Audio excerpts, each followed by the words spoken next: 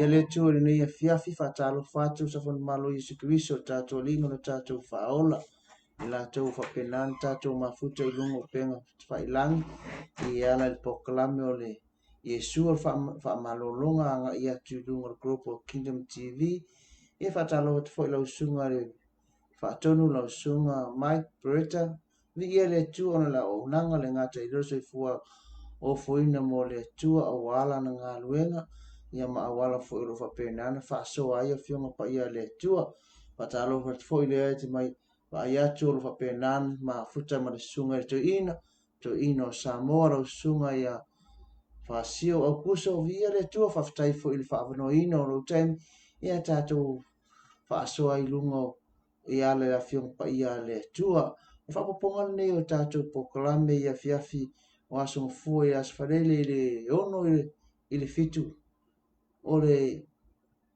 Iesu o le faamalōloga ia viia le atua faafetai tele i le agalelei o le atua lenei aso ua maeʻa foʻi feʻau ma galuega ia gata i lea ona i fanau sa agai atu ia oga ua tute mafaiva o le a lava se tuatuanoa o ni faatinoga foʻi sa faapenana e gafa ai i lenei aso i ofaiva alo filima ia taitonu ao le atua sa tapu aoina le ola le gata foʻi lea o ia foʻi sa ia le loina ma puipuiina le soifua ua mafai ai ona toe maua mai lenei afiafi ia viia le atua ia o ai lava se tasi o faapena ona maua mai lenei faasoa ia faamanuia atu le atua alofa atu le atua faatalofa atu safonimalo iesu keriso mana tua foʻi o valavala ai mamatua tamaia pasta fiu alesi mahana o alesi a ona o loo ia ia tunu mamao ona o fuafuaga ma nisi o pokalame i totonu o le ekalesia ua malaga le malima le oti ia taitonu o loo ia i le manuia o le atua vaai atu foʻi luga o pega tafailagi o faagā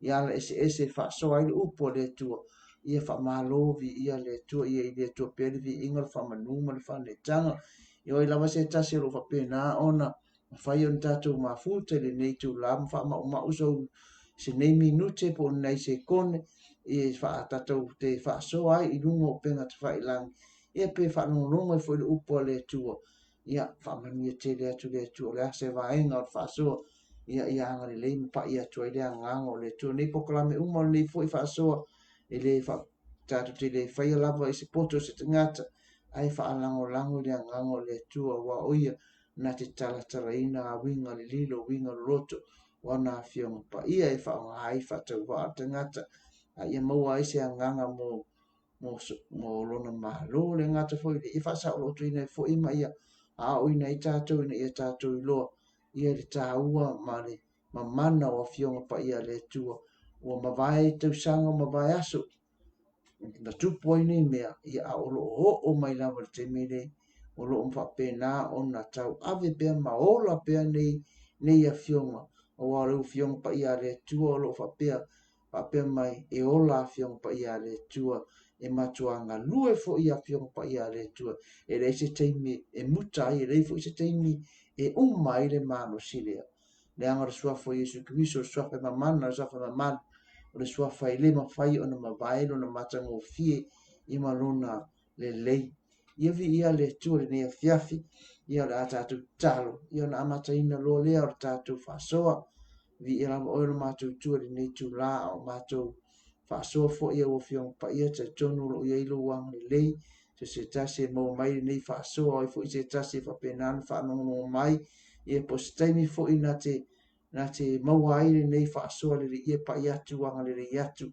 ia alofagia foʻi le liʻi e luga o pega tafailagi sausau le toto i iesu keriso alofagia foʻi o matou tagata i ai le mana o lauafioga o le mana le agaga o le poto ma le mamalama matou te mafai ai ona faasoaina au afioga paia ia paʻi atu foʻi i loto o ai foʻi se tasi o loo moʻomia lau fesoasoani o ai foʻi se tasi le atua o loo faapena ona iai maʻi ma tigā o le tino i o oea o le Iova Rafa o le atua faamalōlō pe o le igoa lenei pokalame o Iesu o le faamalōloga paʻi atu o oe foʻi le liʻi o le faamafanafanaga atoatoa ia paʻi atu lau faamafanafanaga iā te i latou o ē ua faanonoa ua ua fioga paia ia e faanonoa ua e faamafanafanaina ia e faia lava le atua pei ona e fetalai ai ia tumau le faatauvaa i o matou tagata o le viiga ae tumau lea iā te oe e faavavau lava haleluia praise the lord ia viia le atua lenei afiafi ia talitonu ia o loo faapena ona maua mai lenei faasoa ia le a tatou faasolo loa i le tatou tusi pei ona tatou matamata ia ma tatou faasoa ai afioga paia le atua mo ma le tatou tusi faitau o se tusi e maua ai se tatou fa'aso i le afiafi nei o le matai o le mareko o le mataupu e lua a lona fai upu mua se i o'o i le lima o le a o faitauina tala masani o le mareko lea o loo fa'apena fo'i ona maua le luka o le mataupu e lima a lona fai upu e sefuma le fitu i le sefuma le iva a lea o la'u fa'aogāina le mareko e lua o lona fai muamua se i o'o i le lima o le fa'amalōloga Iesu o le maisupa amen uma vai isi aso ona toe maliu atu lea o ia i Kapanaumi o ave fo'i le logo ua iai o ia i le fale ona potopoto loa mai lea o tagata e to'atele ua le ofi ua lē toe ofi ua lē ofi lava i se mea e latalata i le faitoto'o ona folafola atu lea e ia i le upu iā te i latou a ua mai nisi iā te ia ua au mai le tagata supa o loo fata mai e le to'afā ua le mafai fo'i i latou ona fa'alatalata atu iā te ia auā le motu o tagata ona latou tatala lea o le ufi o le fale sai ai ua fa'asosofa i ai ona latou tu'utu'uifo ai lea o le moenga o ta'oto ai le supa ua silafia Iesu lo latou fa'atuatua ona fetalai atu lea o ia i le supa lo'u atali'i e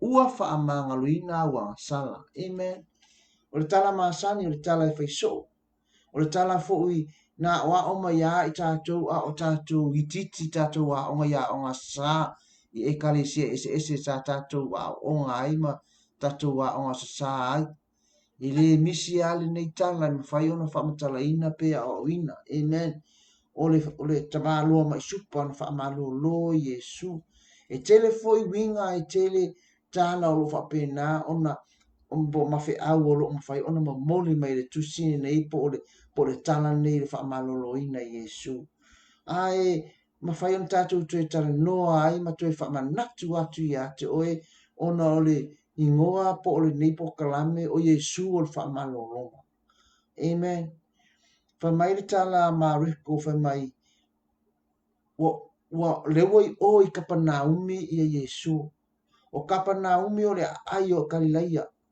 o le nu'u lea na nofo ai ma soifua ai ta ia na mafai e tele o mea na tutupu te tonu o Galilaia o Kapanaumi la o le a'ai o Galilaia e ta'ua o le town city o le city po le a'ai lea o le engofo ai Iesu e te tonu o Galilaia ua o'o la i ai ua magoiloa e tagata na iloa lo e tagata leua ia Iesu faamai ona alu lole o le logo luga ua tala'i atu i tagata tala'i atu ua lako lesi kagaka Iesu lo i o Iesu lo ua sauloko e fo'i mai Iesu lo i o logoiga e le'i fa'ape e la'itiiti le tala'iga na faamai ua latou fa'alogo i ona alu lea o le logo ua alu le tala'iga te iloa outou te iloa outou pa'i oe ma'u le afiafi nei manaia ia pe afai o lo'o ma tatou logoina manaia ia pe a fa'apea o lo'o fa'agalo tatou ola e tala'i a Iesu famai gagalu ako a Iesu alu ma le logo o le mea tautia la famai o le fale le nonofo ai le ia Iesu famai ua makua'i kumu a le ofi famai e o'o ai kokoga o le faikoko'a i le mea i le feitoto'a o le mafaiga ko e sao se sikogo i le kumu o le moto tagata le gasolo mai a o kokogo foi o i e o'o foi ala ufarasaia ma le tusi upu ma le avaega o le vaega o le loa tulafono o le iai fa'akasi mai ua latou o mai e fa'alogologo a o folafamai la le tala tusi paia i le mareko le famai a o folafola atu le upu a o talanoa Iesu ma a'oa'o atu Iesu i afioga a le atua ua makua'i kumu a le fale ae famai o lo'o faka mai ae va'ai aku Iesu ae va'ai o kagaka o lae faka mai ia le ma'i supa o le ma'i le supa o le tagata e pepē atoatigo i le mafai o gaioi le fa'apalagina o le paralyse o le koiga mafai ona gaioi e pē uma tino mai ai nga le ulu ai ka fai mino ia le tino ato ia mo fa pe nana pe ele mo fai langa nga yo e fa pe na le mele ia le uso le po le atali ile a fa mai o lai faka mai ka nga kai ko fa amen ai ma lie fo ila ma na ia tangata ia faka inga mai o ko fa le faka inga mai ma tangata ia mo molinga mai le mai supalia ele on tangata o lon ai nga ele o lon tama po lon tina po ni ona uso o ana wo le te le au maia le tangata le e maia Yesu o fa alongo lo wo ia pe fa alongo kai o lo faka mai le esa ma naia ia o se fainga wo ai ma fana amen ma naia ia o le mea ta o le alofa i te tono se fainga wo amen ele lei matango fie o le alofa o mo manai o le alofa i le se tua oi e o le manatu ai e le o se uso e le o se kausonga po se a o le va ai atu ia i tangata ia na lato fata ina mai Yesu ia le mai supa o wo o le kama lea a tono ai e ise o ngā o le kama le i au kama ia e mana tua i e kama ia po o ana wo ia se mere le na fai e ni tangata ma ale ngata fo lea o ngai kama ia nga whakainga a tonu lo ia ile lofa ile uso lea ono lo ta oto ile mawhai o ngai oi a va ai su enga o le moli maua te ngata su e po afiong pa ia le tua o ka ngaka ia nga whakainga mai o wo al tamalea whamai ngā o mai la wali ia e o mai whika koa e le mawhai o nga lako sofanga e le mawhai o nga lako a mamoria ku ko kongu le mai supa o le mana ongo kama ia ku usao ai luma o Yesu Keriso ai waku mai kama e le mawhai o na moli maua tu stara whai mai o makwa i crowd up o overcrowd le mea o pack tana mea o makwa i kumwa e o le whika koa e le mawhai so sofa o fiura ngai kama i ka mawhai e tanga tai e fia avaku le mai ai le mawhai o le mawhai o na sao te tonu ona o le tumu ma le ngā wa i le whaalongolongo le fia whaalongolongo o tangata i le wholofola le upo le atua. E le anga la le kupu le kumuai ona o langa le whaalongolongo le upo le atua. Ma nga ia o se whale o le atua po se malu po se whale tapuai. Ai kumu e le mawhainga ofi. Amen. Le mawhainga ofi le fia whaalongolongo le upo le atua. Ea ke mingi. Wa kaule kumu whale saa. Ai a fai fa fianga ka se kumu ele ofi ole tarafa atusa po se fa taita inga ina o fai le concert le ale UP40 o va ai ku i tala ma ave mai ma tala fa mai lunga tangata ki nganga kim ai tumu i ai tangata fa mai le ole o sika ngaka ana fa apea o se la unga po se misio ngale po o se fai evangelia po se apostolo le ngala unga i o karo fai ele se kumu fa pela amen ai ma nai e o le fale lea le anga isu enga le fale lea ele se fale la ke le fale lea na ia Yesu a wa tumu e tangata o fie fa longo i le afionga pa ia le tu ma nai e fo ia pe afai tatu te ngā wa i le upo le tu pe afai o le tatu te ngā lala i le upo le tu i te uma na alu ale longo kumu mai tangata le ngata o ngaka ale o mai e fa longo i le whaaso atu a Yesu Keriso i ala ni a whionga pa ia. Amen. Le ngata fo i lea, o le loa tanga, le ngata o le upo le poto le whaaso a. Ai wha iai fo i mare wha amalolo. Ai maka ukia la i mori mawaluka. Wha mai maka ukia le mana wha amalolo le lunga. Wa i lunga i Yesu Keriso i kaimi lea. Mea ngā le umako i peka i mako i tumu tangata. Ono e mai me e mata utia le manga wha amalolo laua iai le keimile ia Yesu Keriso. O le mole maunga aluka o mta upo e lima. Le quote, le tala noa i fo le mareko le mta upo e lua. E whai mai, au aku la kama ia e makua i ka se tumu. O le mawhaina ofi le whaiko koa kam. Ma yo no le ia o i lunga. I lunga le pito i lunga. Wha mai walaku ka kala le ufi o le whale. O le fale le, e lo se fale apa, pe o fale tatu te maasani ai. o fale ia ia tunu ia tunu e Israel ele ni fale apa tu sa o fa pe fai vivi pe ona masani ai fale o lunga i taua lunga o fale po lunga o fale lunga o fale yo nu ia e sa on noa e ele la ula po beams e fala lava ona avatu le o la au la iti pe o aso pe la au le fai tato fale sa mo aso fala lava fa puku puku ona avatu le o clay pol pala mix fa kasi ma le o mea onga salangi ele o lunga le pito le lunga le fale o le roof langa o le fale lea e fa sao noa e a ola te me lai e malo la lunga o le mea lea e fa nga e tangata le nuu ia e le ngata a ola te me le vela no fo ai e fa savili ai ia e mafai fo e ona momoe ai e mafai fo i ona fa la la ia la to me ai po me ai e mafai ona fa la la ina ia fa mango. Amen. O le atalanga o le fale lea, o nao mai no le o le awali ia po o na itama ia fata ina mai ia le mai supa. Wo fe e lunga. Ai ale pepe ave ese o le poloka lea. Ili wawa ai atu ia, i fe mai. O le poloka lea, e hao o le taime e tau malulu. E vevela, ave ese la le poloka lea. Ai lu ifwa ai amai ai fa vevela fa sawo e fa fole le ea vevela i to tonu o le fale e te ele e mol mau ese a o le mele ka mo moli aku o le mafau ma le loto tangata nau na o mai lalo ka mai fa mai nga o mai lalo ka mai e mana o le mana ongo ka mai ku usa o ai luma o Yesu Kristo ai o mai o makua i tumu tonu o makua i kumu le fale le mafai ona ofi ona fe e lola e lunga o le fale ai ka lepe le poku le lunga le taua lunga po i lunga le pito i lunga o le fale ai tu i fo ai ia le mai supa i lu mai lunga konga Yesu mana tuala o ia fainga luenga lea o le kaimi le fai e mo tino o le ko ulu mai e meni ni ia po o la pisi ia po o maa ia po o meio glaze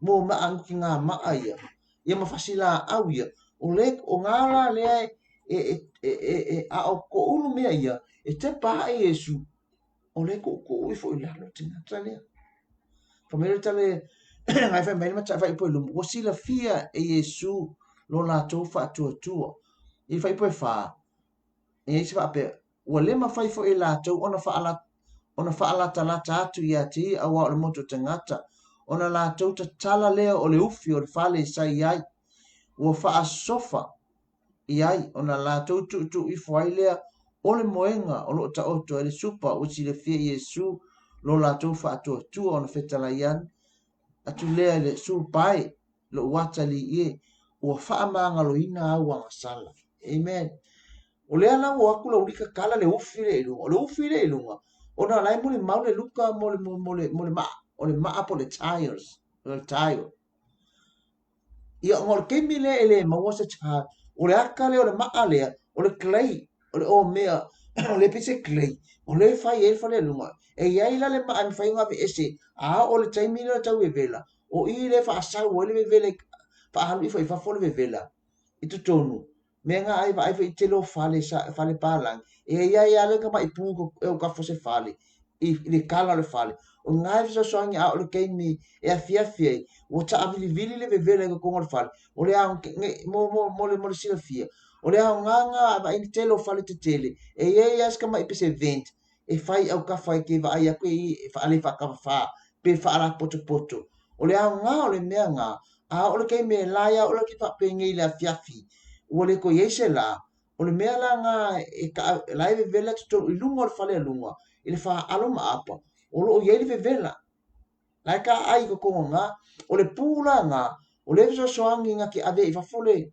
le vela lea a o la le ke me ila po a ko me fa pere le se me fa penga o lo fale me nga i te fa alongo le afia ile po a to fa a ka se vela o fe me le sa le vela la sa mai lo fa alo ki fa alongo inga ele o ma fa nga va nga alu le vela le fa fo le la ka fio fio e lunga fale lunga o ngai kaule apa ona ka amilo le tonu a le akala le o le mea lea a ha o le te me ve nga ese la ia o inga le ka o vaku ai le e mwhai ona whai ngofie o ngā lako le vela a ho fola taimi tau malulu o ia ka foi le afi o i fo ila le mea lea e lua koe le asu fafu i whaahalo i fafo amen a kule o kama ia wa ka ele mea lea hai kuku i fo i lalo Yesu o ia tutu i fo i lalo le supa i luma o Yesu amen a o whaia le ngaluenga le wha mai e siri sira waku Yesu maka o kia ngai noa ko supa lai kuku mai lalo ilono moenga fala lai ku wai fo i lalo e kama ia le mele ai wha mai nga sila fia ia pe nga sila aku o ia ele tua o tangata na lato si ina mai le ma tau tia ai o le mai lea ele i wha amalo ina ele i wha amalo ina ona ole wha tua o le mai ai na lo fangia ele atua le mai ona ole tutu o le au si mai ke lo e ma ngai e fo i pata ka au si mai amen e fo ile vaenga ale au si mai e fai a fai wa vai le mai o lo se sila fo i fonga o le atua ia te oeleng fik ave i o lo noto a fai wa uma le tong fitinga ele wa ayaku ele mafai si i le se fale mai so o ngale pa wale mea le mai le fai ngale ka o kom whakarikali a o oele tangata si mai la si sila i fonga o le atua wa ai mai le kua le ngalu e lo noto manga wa i lo loto i lea lofar kangaka lea nai ave ki nganga fa ayaku wale fe kawi maro kaimi wa tele o pokalami ma fuanga au fa ka kia pokalami ia ono lo wa ai le tangata lea wa halai nga e faya mea ia anga le leile atua i lo loto oisea le anga o le mea ngā le mana o mai ia lofa atu i le lua tata oi fa apeo oe lava ia to le lofa le manga o ile kua i tangata ele fa kapula ainga ele fa kwa oina amen man to fo le tala fa to Yesu fa mai o ka ngalu malanga ala ku fasi mai koe a auki saulo salevi saulo skaulanga ai saulo samaria anga le ia amen o kangaka e mau kofi e kangaka i eto finga e malama le upo le tua ai le ia mana ia la mele kau mia le tula fono amen ta tau mia le tula ai saul samaria o tangata e inosia o tangata e tau lea mana ia i ele fai e kwa oi sau la vea i le tangata le fa mai le kala le tangata le ko kongi a kula vaenga le a fai au ke koe foi mai ai le lava o ke koe wha umang kong. Maka ukia le nei tangata e sea, o le alofa le manga o ile atua. O le alofa ile aisi tua oi. O le alofa ile mawhai ona whai ona o se so tanga. O le awali ia si ia mene mai, o wo le awali ia. Ai ngai loa le Yesu, loto tama ia. Loto tama ia o lo ngoto ia le alofa le anga o le tatatara tuspa ia, o le atua o le alofa lava ia. Ngoto ile alofa e aku makwa ikumu alfa kokoa le mafai o nga ku kokomu o nga ole i lunga wa ka lepe lunga poloka lai lunga o le me ile roof ai ku i fo Yesu lo ai nga la fia fine uso ma to fa fine o lava e fa na o le tu le fia fine ke lo o le tatu savalinga e ai me fa la lave e ai me o la ke nga wa kuai ai mawhai o na poloka e o mai ka mai e ngau ngau e ave ia le supa ia Yesu a makua i kumua a wane avea mea ngai e ke va ai e ma mea le ke lo whafka ia ma me poloka i lo savalinga i le atu e poloka i lo nau ona o se mana o ngali ko kongu ia te oi le ase mea ngai ke manga oi o la talo ia te oi awangi i poloka ona o mea le ke ko whafsanga sa ili awala amen. Kama sa ili le si fa moi sa ili po le a si fa moi e fa pena ona o ka ngalu e mai ai le tua amen a o enga lue la i ba enga ia e lo o si sila fo fongo le tua amen fa mai o lo fa mai a o ku ifo famaina sila fia e le atua. Le ngata o sila fia e le akua la ua lia si ia aku. Ai ke lofa mai kala Yesu. Wa maa loa wangsa. O le mai lenga mai e le kamalea. O le mafuanga. O le angsala. Amen. A o le mafuanga le wha malo longa o le mai supa lea. O le supa le mai. Wa mase a koa pe a tō o le ise ngai oi. Ngā luenga ngā sātani le whai ngai a tatou. Ngā luenga ngā ki Apollo le kama whai e kau fia e kako, awangi o kako move mai. Mai le manuia le o ka penga i le akua. Awane i whaanga inga o kako lima tātu te tālai ai. Awangi i whaanga inga o kako vai kako ki samavali ai e wholofola le upo le atua. E ka pungia i o kako muku e whaasoa ai le upo le atua. E ka pungia i o tātou talinga awangi o kako whaalongo aku i le launga ino a whionga pa ia le atua i le kaime le kaime. Lango le aka ngā le paralyze. Wa pe a kua kino. Mana tua fo isa Yesu lunga sataru. O vaenga i o le tino Yesu Kiriso. Na tuituina le ngata na tuituina o na lima. Na tuituina o na vai. Ai sa musu satane e whaangalue, e whaatamo, e whaasavali le ngalue ngā le atua. E whaangaioi le ngalue ngā le atua. Na o le pare tuitui lo nao. Ta ofi e o le ngalue ngā satan. Ta ofi tātou mai a tātou whiwhiringa le lei. Awane o tātou filifili le lei. Awane o tātou filifili le ola. A ia ka whiofia ka kou le oki. Ia i me pepe ma mea me le mawhai o na ola. I o tātou filfilinga le lei. I o tātou mawhauwhau. Amen. Le ngata e lea whamai na tutui lo no fatu. O le ata, o le ola. Awan tutui le fatu. O le kaimia e kuia e le fatu o te ngata. A fia e le fatu o te ngata. O le aise ola langa ngā luenga lea a le fatu. O le ki liva po le pamuina. O le toto, o le ata, o le ola, o te ngata. I tutonu i a teia. So o le kaimia la e paha ai le basingi lea po le mea lea. Po le vaenga lea o le tino o te ngata o le fatu. Ua vai fo ila na ngā luenga. Nonga winga o le aise ola. A o le naranga onga ngā sātani. A de ese mai. Ka pēle whaku lea. Awane o tātou ola. Awange i ake i kā kou le ola. Lewa mai Yesu o usau e whaku le ola. Ma ia maua atira i lapa. A rawanga onga ngau Yesu Kiriso. Ka haufi oe mai le ola. Le ngata o le ola i le whelea nganga. A o le ola e whaamawau e kaua i le langi. I le langi. I taua i le langi ma le ola e whaamawau. Amen. Vi ia le atua. E iai me punkia ai. E iai me mwhainga kau punkia ai lo sa ilinga. E o mai kama Yesu e sa ili se malo longa. Pe sa ili se wha malo longa. Ai, wha sanga i ma wha fitau. I e mea polokai. No ainga awani avea meo lo wha penao na tātou. Wha sanga i lea taimi ma lea taimi. E kau fia ai lo tātou sa ili wha tutua. Amen.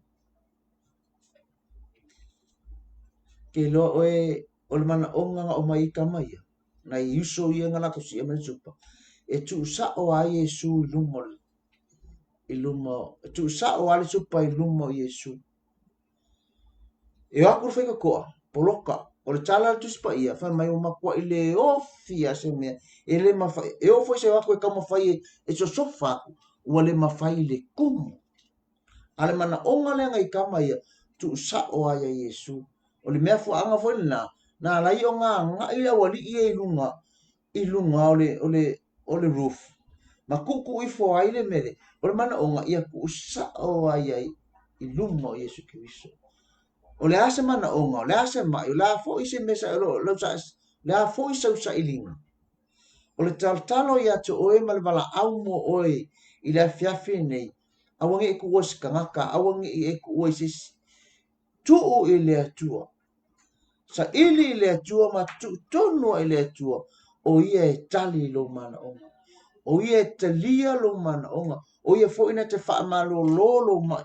O ia na te lavea i a te oe. Amen. Levanga sai sai kiar kamalea. Levanga ngofor kamalea i mai. O makua i le mwhai o na toi ngai oi. pe uma le tino mai ai lalo vai se kaununga. Asea nga pule na pule le asala. Onga le asala. Ave mai Yesu ua mangalo wa asala. Lo ainga. O le ale mlo loko le asala le te. O le ale le loto le asala le ke olai. O le ale ke leo le asala le ke fai. O le ale lava le ko inga mata uti o le asala ka ko ke fai. O le keimi ya tatu te hoa ya Yesu Kiriso. O le keimi ke kalia ina ai Yesu Kiriso. O le taimi na e wha amangalo ina ai au asala. Ele ai lava se ka se mangalo ai a tatu asala. Wana o ia. O le mana onga o kama ia ku sa o lumo Yesu Kiriso e whapenafo. Le mana onga mo oi le afiafine tatu wo ya Yesu Kiriso. Tuu ya Yesu Kiriso le angana o ia e mangalo ai a tatu asala. Kama Yesu ua tau nuu ua maea ua fai lea mo oe. O le upu lea fa ma Yesu i lunga sa tau ua tau nuu ua maea mai lea ngana eleni o le aika lafu ua uma ana tongina. Tereles kare. O le aika lafu ua uma ona tongina. O se aka ua uma ona faya.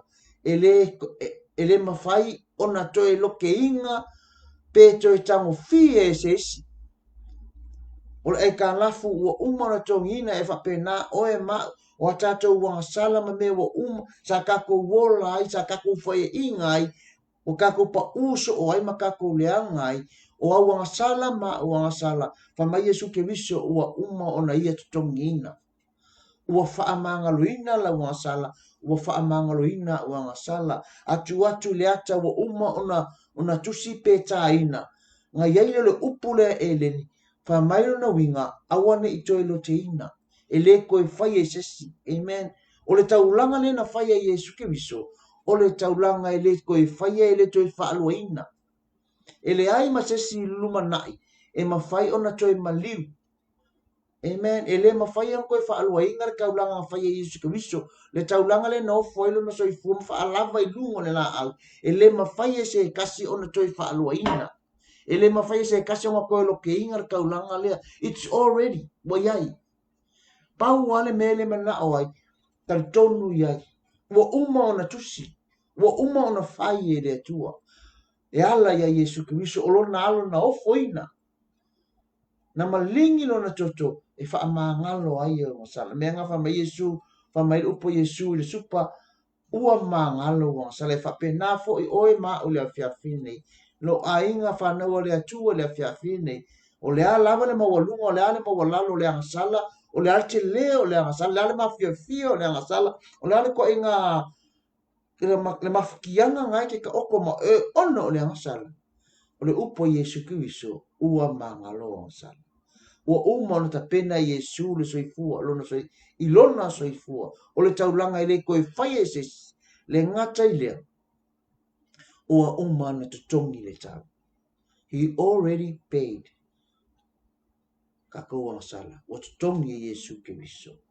Amen. Whamai tala, whamai upo Yesu lunga sa tau, ua tau nuu, ua mai. Mea ngā, ai whai aku Yesu ua maa ngalo wang sala, ai whamai la wali ia sa kakongu au whai longa lea, ale lotu yuta ia. Oi le lata ngata te upu vale ai le tua. Oi le ka ngaka whamai nga kasia ka ngaka e mawhai ona wha amangaruina nga sala nga o le tua. A oile ni te ngata wa upu vale. Amen. Kele nga tātou. E iei o tātou mawhau, tātou manatu ifo iniso tein. O lai se lea, o le ale mea lea. So, mafua mai, ona ele o mawhai ona wha amalama ina o tātou mawhau wha. Ele mawhai ona wha amalama ina o tātou loto. Ele mawhai ona tātou loa le te ngata ino ia Yesu Keriso. Whamai, whaali mai le tama. Mai le suola ke anu ka mai, whamai whaali mai le tama ia tia. Whaali mai. Koe kasar mako manga, onga whaali mai le ka maa. Whamai upo Yesu, mai ole vai mai tia ua vai o ia tama. Mai ole, whamai oa okere o kau kalafuat. Whamai tu tong tama ia tia, oa ufo i tu tonu tama. So ai na whara, o loo iei tu tonu ia tia. O le tau tino a Yesu ma deklepe fa ai lo ai Yesu. O ia o le atua. O ia o le atua. Fa mai o tamai te tonu e te o fo i te tonu o tama. O le kau fa malama Yesu na iona so. Le ai o le fa mai le tala upo tuspa ia. Le upo upo mo le maua Ioane mo fa mai. O le ama sai le ama tanga le loko. O le tua fo i le loko. Le alai kau fa malama ai Yesu. O ia o le te tonu o tama. O tama fo le mai o mea umara kau kalaku ai. O lo kau kalaku mai le tama. Amen. O le alai fa malama Yesu. O ia o le atua. A le fa mai la wali ia o ai le nei tangata e upu le angai. E mawhai fa fefea ona ia wha amanga luina nga sala. Ai sea o le la tau tertununga. Wana o le atua e mawhai ona wha amanga luina. Mai lo lato le malama mo lato le iloina. O le tangata le whaia le ngaluenga lea. Le ngata o ia o Yesu Keriso o ia o le alo. A o ia fo i o le atu.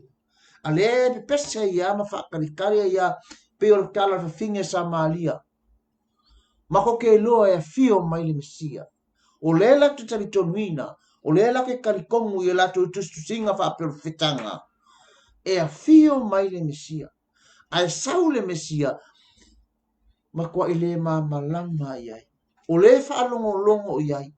O laiva ai me fai fa mai o fa malo lo ina mai o tuli te moni o mai umanga mai ya ke ia ma ke fa malo lo ai moli maule i sai fa mai sai o lunga le nganga o le tole nganga ya e fa sa o loko ai te tala ai ne no tanga i fa pui e ku wai mai e fa sa o loko ai sa tonga amen lewa ye tanga tale o le fa tino me ia ai le ma malama ye ma fa amen telefo ina tato telefo ina te ngata le li le vai tau nei te le ma fau te le ata mai ai le ma malama le fio mai o le atu amen o su le ata mai o sa ili le poto ai le fa pena ona le o ma malama il sau le atu sau ile atu ile tai amen e ngofo la e kalkala ngoa mai loa fio ngā le atua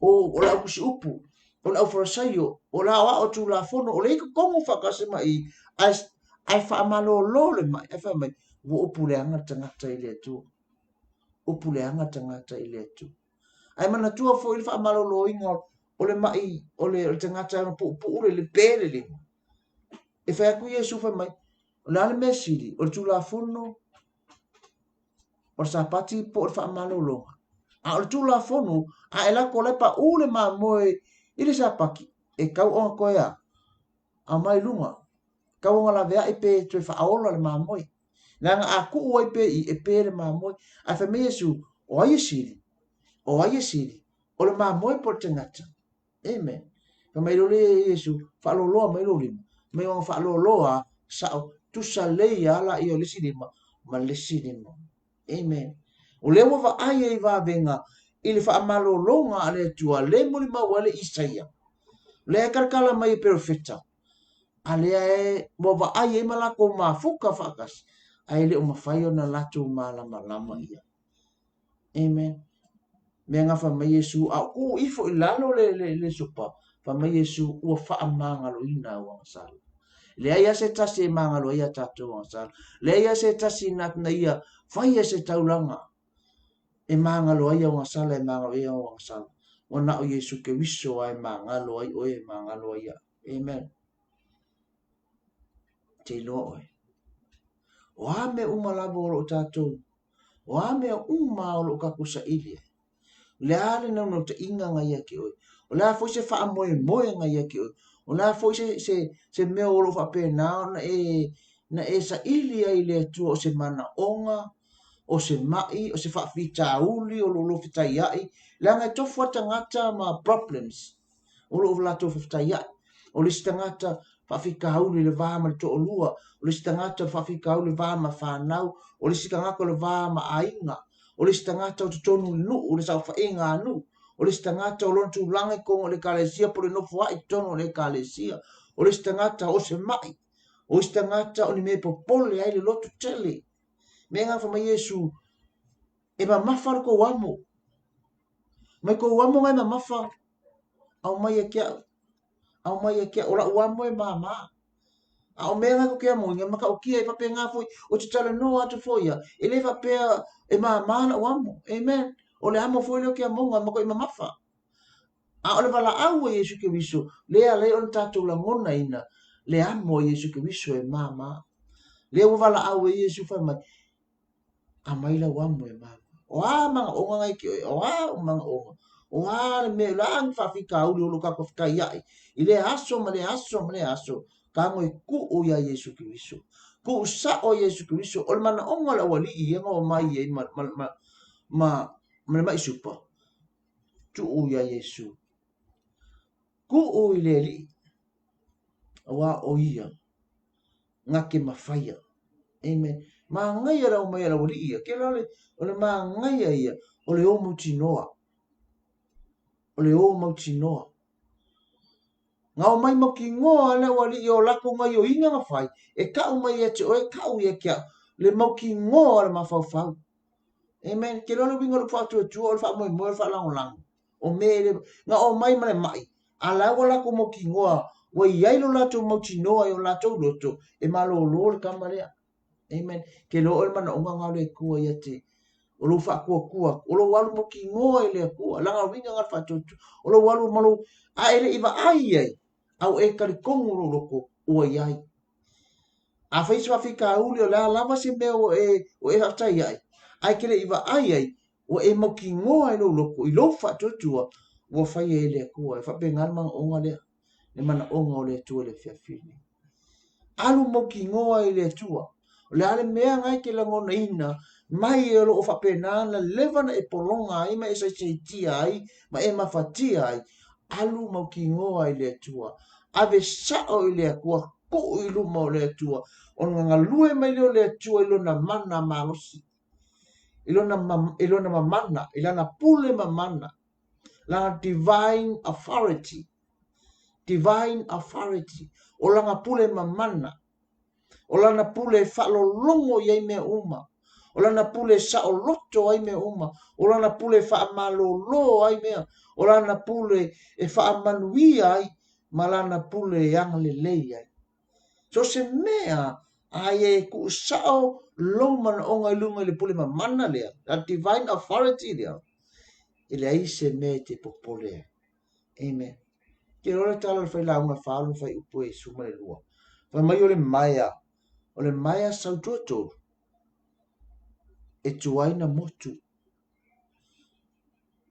O le maia sautoto e tuaina motu. O le atare nā, ma le tā ua le nā, o le tutu whaatasi. Ngā lulua e whaatasi. O le wali ia ngā oma, e le ngā le mai. Ai ngā kuku whaatasi ai makama ngā si ia le mai. Ua tasi loto e ave lumo le tua. O le lei foi ngā se ainga tu whaatasi te mātua. Si tia whanau, tu whaatasi le ta māma tinai le ngā luenga o na le lei lea. O te tonu o le ka le sia, o ta māwhai whi au ma le tina, o le au whai ngā luenga, o ila tau o lo apongi ngā luenga, tu whaatasi o na saule o le tua e whaamanuia. Amen. So se mea kake, tato te a ngai ai, o le mana onga lea o le tu whaatasi, unite. Tu whaatasi. Langa i le mana o le tu se vavaya, i le mai Yesu, e le fe vavaya i le malo le tu, ngā le malo sa kange fe vavaya. A o le malo le tu, o le mana onga lea o le tu i le ainga. Tu whaatasi, i le loto e tasi. Langa i lo i le ato, na fio i foile a nganga o le tu. Na iai i la tau, i le mele kasi that place, i le loto e tasi, ma le nganga e tasi. A o iai la i la kou mai, na fio i foile a nganga o le tua, ma palato va aia kuai, mai pei ongi, ini laulo fai va hafi. Wa fio i fo le nganga o le tua, ua ngā lue le nganga o le tua, i lona mana, lona pule ma mana. Nanga divine power, authority, e whaangangana i te ngata walea. Tu wai pe te rupa mai, wa tautala pe te wa launga pe te ai liu wai pe convert ai a nganga i ko ke le. Wha pe nāre mana onga le a whiawhi nei. Tu sa olo mana onga i le tu. Ka ko wofa kasi le loko i kasi. O afi ka wawhinga ka ave i le tu o ia na te tali o tātou mana onga. O le au nā po tātou whaasoana nea whiawhi. Angali atu le tua pa i atu le tua i atu. O ani whawhi tā uli, o ani mai, o a lama so se mea, o le mana onga pe o le tātou whaarongo longo ai le tala, i le he mātai o le mta upu e lua le tala le mtisi ino le mai supa. Na mai na tuu i lumore o tātou wali i whao o Yesu Kirisu. Le angalo u ngoa tātou pokalami o Yesu o le wha malolonga. So se ko ai ngā mea e mawhai e Yesu Kirisu o na wha maloloi. Na pa i atu le upo le atu le nefiafi. Anga le atu le atu e lo whingā. Wha manui atu le atu i atu e lo wha alonglongo mai. Ia vi ia le atu. Tu maupe le atu le vi inga le wha manu ma le wha neitanga. Tu maupe ia te oe le vi inga lo mātou tu le wha manu wai se tasi ngā paima le wha alonglongo mai lo mātou tama. Pa i atu le mana wha au. Pa i atu le mana wha amalolo, pa i atu le mana wha sauloto, pa i atu le mana wha amanuio oe lo mātou atua i lunga i atu ia. Anga lei oe, feso soani oe. Wha tau nue oe le mana onga lea. I lo mamalu matautia. Your divine authority. E mawhai e, o na tutu lai mea, o le mawhai o na wha angaioina. A o lau, a o le pawa lea, ma le mana lea, ma le pule lea, e toi ngai yoi ai mea uma ua mapena o na whaato i laroina.